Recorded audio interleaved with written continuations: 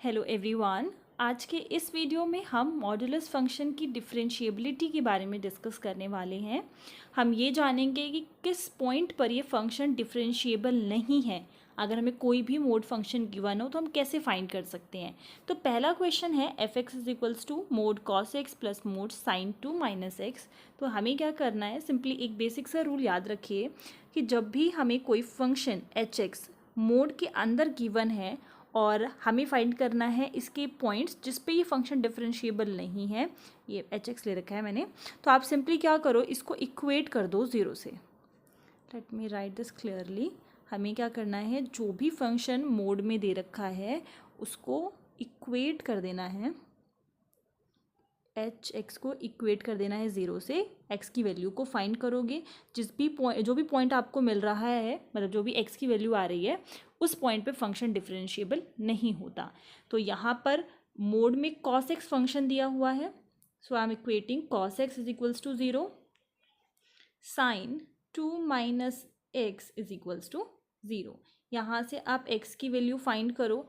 So cos zero कब होता है, जब पाई बाई टू की ऑड वैल्यूज़ मिलती हैं। तो मैं ज़ीरो की जगह पर हम यहाँ पर लिख सकते हैं कॉस, ये ज़ीरो मैं यहाँ से हटा रही हूँ और मैंने यहाँ पर लिख दिया cos 2n+1 pi by two, और instead of this zero I can write sine n pi.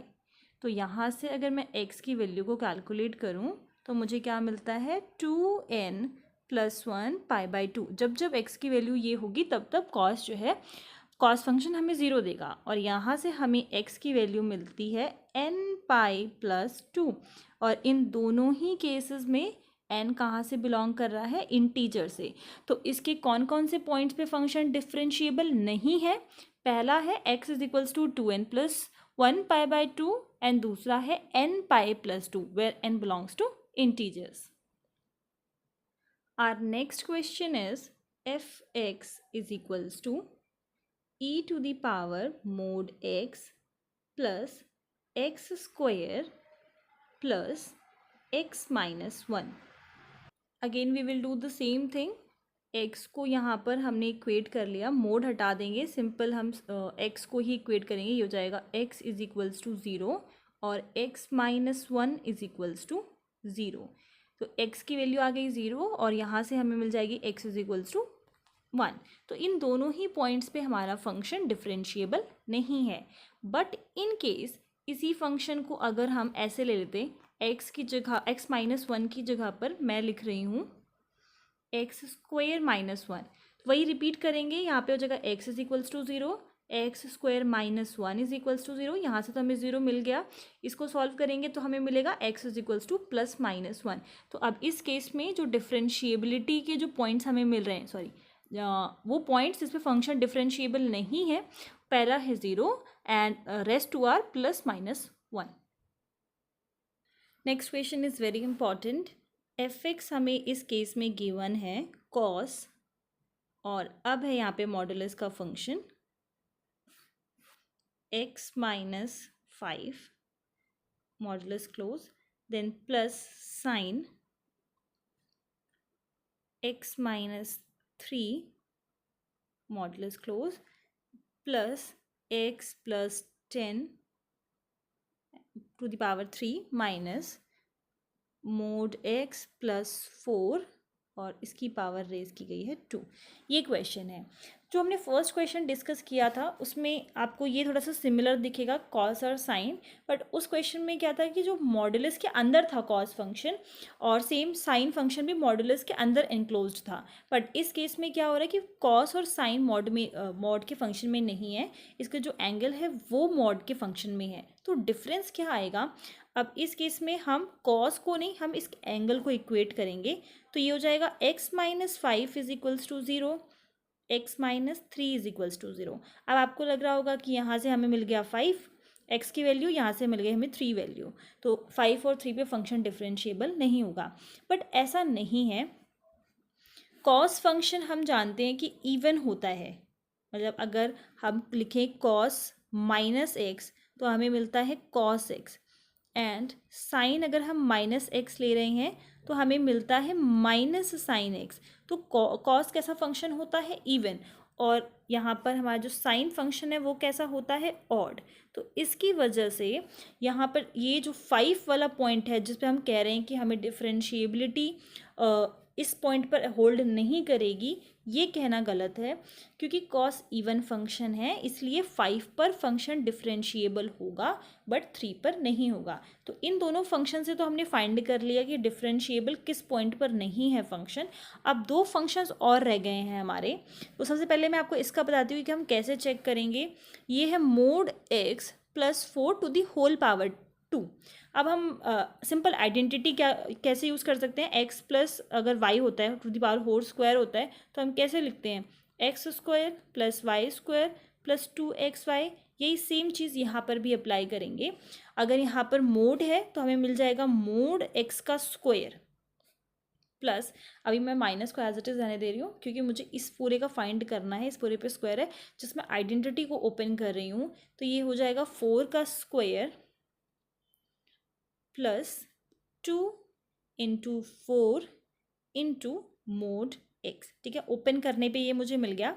Identity open करने पे ये हमें मिला है। तो हम वही सेम वापस से वही चीज़ अप्लाई करते हैं कि इसको इक्वेट कर दिया, मोड एक्स को इक्वेट किया मैंने 0 से और इसको इक्वेट किया 0 से। तो x की वैल्यू हमें 0 मिल रही है जिस पे हमें पता चल रहा है कि फंक्शन जो है वो डिफरेंशिएबल नहीं है।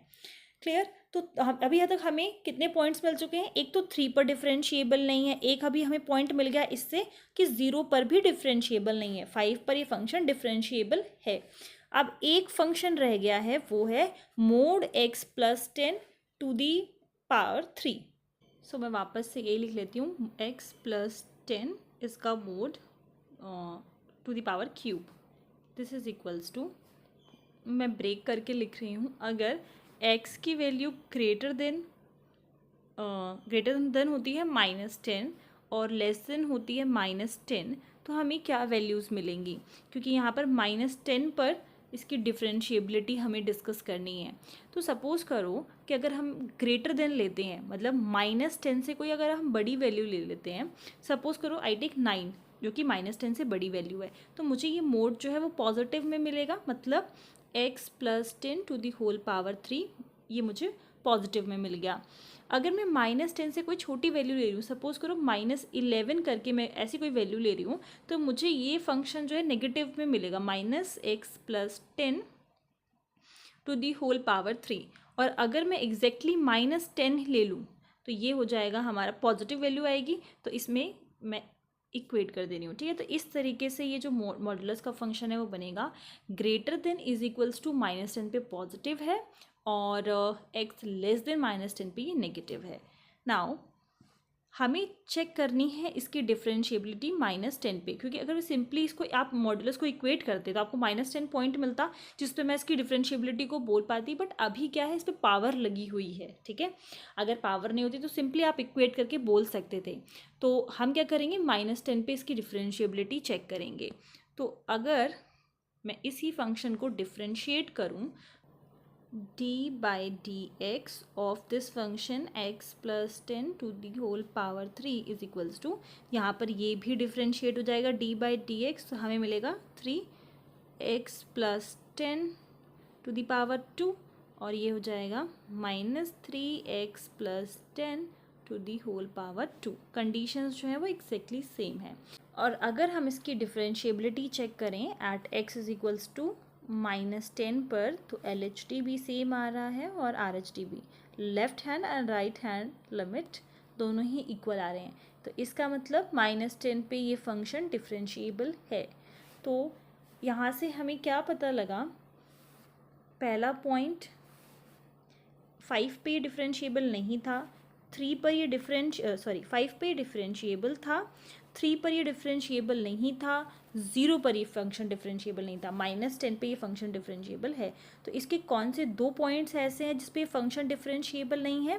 पहला है 3 और दूसरा है 10। तो इसी तरीके से हम मॉडुलस फंक्शन की डिफरेंशिएबिलिटी के बारे में डिस्कस कर सकते हैं। नेक्स्ट वीडियो में हम ये डिस्कस करेंगे, अगर मॉडुलस फंक्शन प्रोडक्ट की फॉर्म में आए तो कैसे फाइंड किया जा सकता है। अभी जितने भी हमने क्वेश्चंस लिए वो सम की फॉर्म में थे, इसलिए हम अलग अलग फंक्शंस को चेक कर रहे थे कि उसका क्या पॉइंट है जिसपे वो फंक्शन डिफरेंशिएबल नहीं है। बट अगर यही फंक्शंस प्रोडक्ट की फॉर्म में आते हैं तो चेक करने का तरीका थोड़ा सा डिफरेंट हो जाता है। तो आज की वीडियो में बस इतना ही। अगर आपको कोई भी क्वेश्चन समझ में ना आया हो तो कमेंट सेक्शन में पूछ सकते हो। Thank you.